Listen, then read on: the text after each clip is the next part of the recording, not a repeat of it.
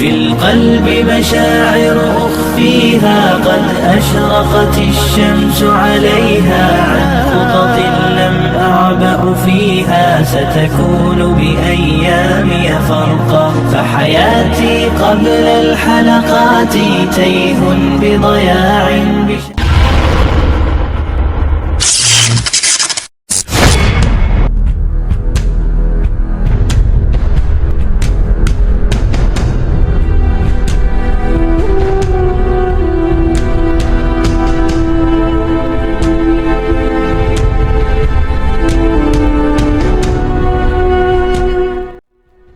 Assalamualaikum warahmatullahi wabarakatuh. Sayyidah Khadijah binti Khuwailid adalah seorang wanita pedagang yang kaya dan dihormati. Beliau mengupah orang-orang Quraisy untuk menjalankan perdagangannya. Ibnu Ishaq berkata, Khadijah binti Khuwailid adalah seorang wanita pedagang yang memiliki banyak harta dan bernasab baik. Dia menyewa banyak kaum lelaki untuk memperdagangkan hartanya dengan sistem bagi hasil. Muhammad Husain Haikal dalam sejarah hidup Muhammad menyebutkan bahwa Khadijah menjalankan dagangannya itu dengan bantuan ayahnya yaitu Khuwailid dan beberapa orang kepercayaannya. Beberapa pemuka Quraisy pernah melamarnya tetapi ditolaknya. Ia yakin mereka itu melamar hanya karena memandang hartanya. Tatkala Abu Thalib mengetahui bahwa Khadijah sedang menyiapkan perdagangan yang akan dibawa dengan kafilah ke Syam, ia memanggil kemenakannya yang ketika itu berusia 25 tahun. "Anakku," kata Abu Thalib, "aku bukan orang yang berpunya. Keadaan makin menekan kita juga. Aku mendengar bahwa Khadijah mengupah orang dengan 2 ekor anak unta. Tapi aku tidak setuju kalau aku mendapatkan upah semacam itu juga.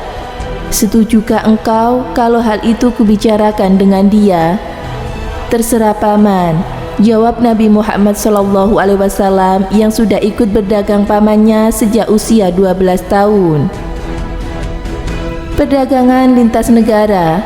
Beliau berdagang ke negeri Syam. Kini negeri Syam menjadi 4 negara, yaitu Libanon, Palestina, Suriah, dan Yordania. Nenek moyang Nabi suku Quraisy adalah pedagang yang ulung. Abu Thalib pun pergi mengunjungi Khadijah. "Khadijah, setujukah engkau mengupah Muhammad?" tanya Abu Thalib. "Aku mendengar engkau mengupah orang dengan 2 ekor anak unta. Tapi buat Muhammad aku tidak setuju kurang dari 4 ekor. Kalau permintaanmu itu buat orang yang jauh dan tidak aku sukai, akan kukabulkan. Apalagi buat orang yang dekat dan kusukai." Demikianlah jawaban Sayyidah Khadijah. Kembalilah sang paman kepada kepenakannya dengan menceritakan peristiwa itu. "Ini adalah rezeki yang dilimpahkan Tuhan untukmu," kata pamannya kepada Nabi Muhammad SAW.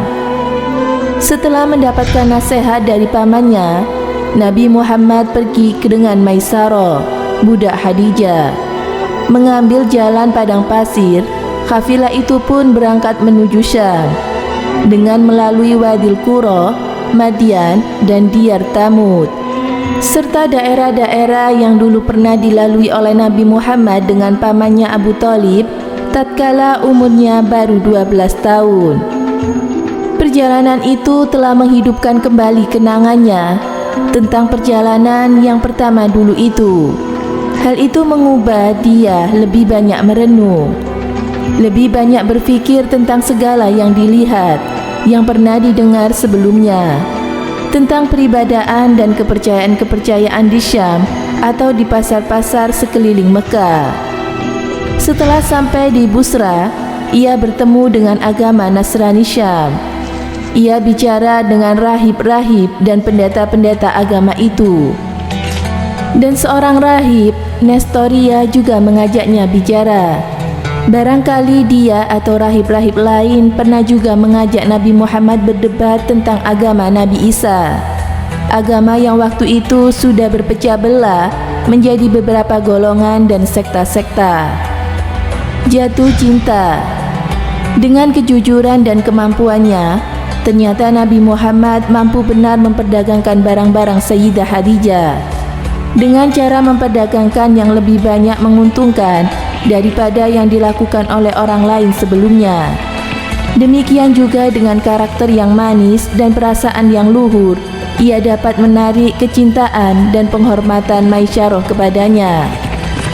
Setelah tiba waktunya mereka akan kembali, mereka membeli segala barang dagangan dari Syam yang kira-kira akan disukai oleh Khadijah.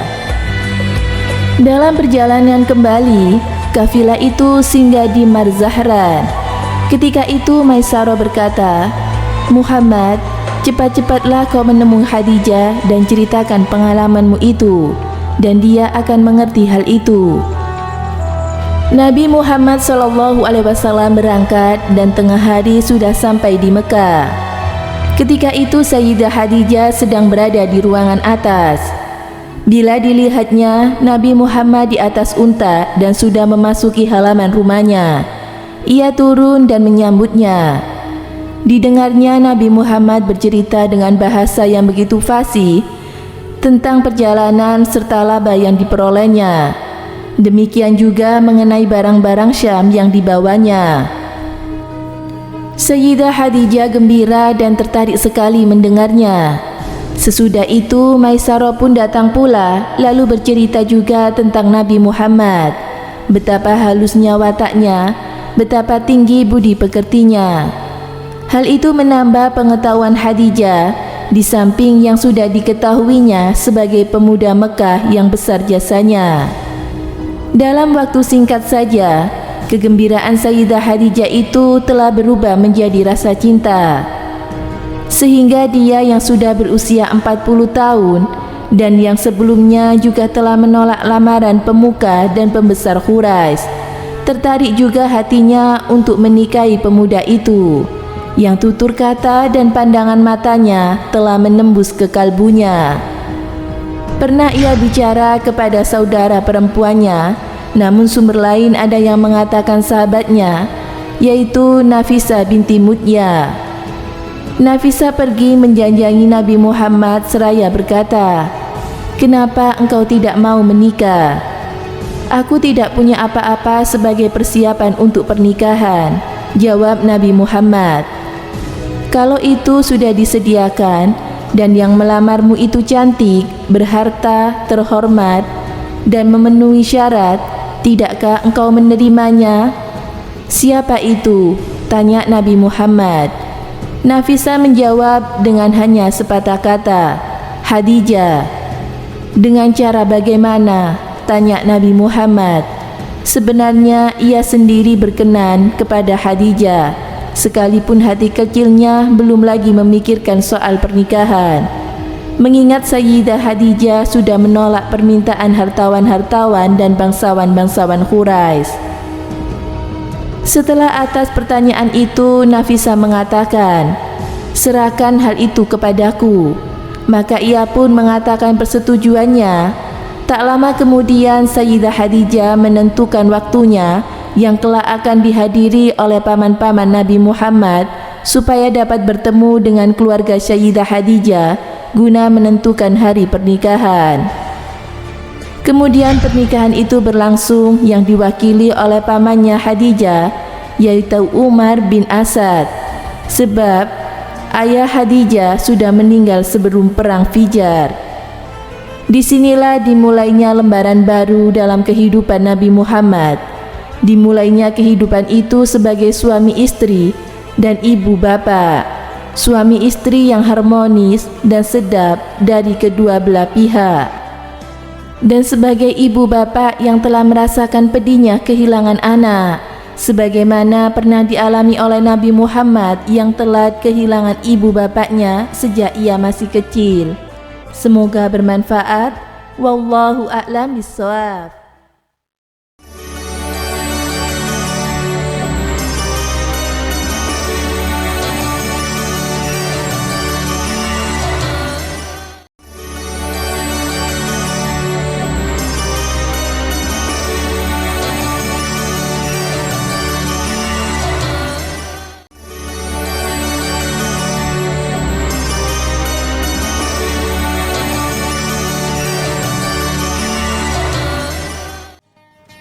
Assalamualaikum warahmatullahi wabarakatuh. Pemirsa Amirul Mukminin yang dirahmati oleh Allah Subhanahu wa taala, Sayyidah Khadijah adalah istri pertama Rasulullah sallallahu alaihi wasallam, dan Sayyidah Khadijah adalah manusia yang pertama yang beriman kepada Rasulullah sallallahu alaihi wasallam saat yang lain kafir kepadanya.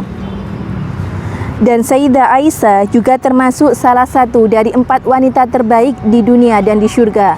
Suatu ketika, Sayyidah Aisyah muncul rasa cemburu kepada Sayyidah Khadijah. Sayyidah Aisyah berkata, "Ya Rasulullah, mengapa engkau terus-terusan memuji wanita tua itu? Padahal Allah Subhanahu wa taala telah menggantinya dengan wanita yang lebih baik darinya." Lalu Rasulullah sallallahu alaihi wasallam menjawab, "Demi Allah, Allah tidak pernah menggantikan Khadijah istriku dengan wanita yang lain."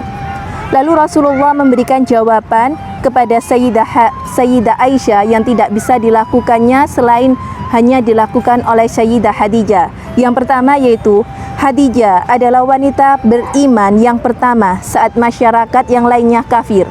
Lalu yang kedua adalah Sayyidah Khadijah adalah wanita yang membenarkan aku dikala orang-orang telah mendustakan aku. Lalu yang ketiga, Sayyidah Khadijah adalah rela memberikan hartanya dan jiwanya untukku. Dan yang terakhir adalah Sayyidah Khadijah. Dari Sayyidah Khadijah lah Allah memberikan keturunan untuk Rasulullah sallallahu alaihi wasallam. Walaupun begitu, Sayyidah Khadijah ataupun Sayyidah Aisyah sama-sama istri yang paling dicintai oleh Rasulullah sallallahu alaihi wasallam. Semoga bermanfaat. Wallahu a'lam bishawab. Wassalamualaikum warahmatullahi wabarakatuh.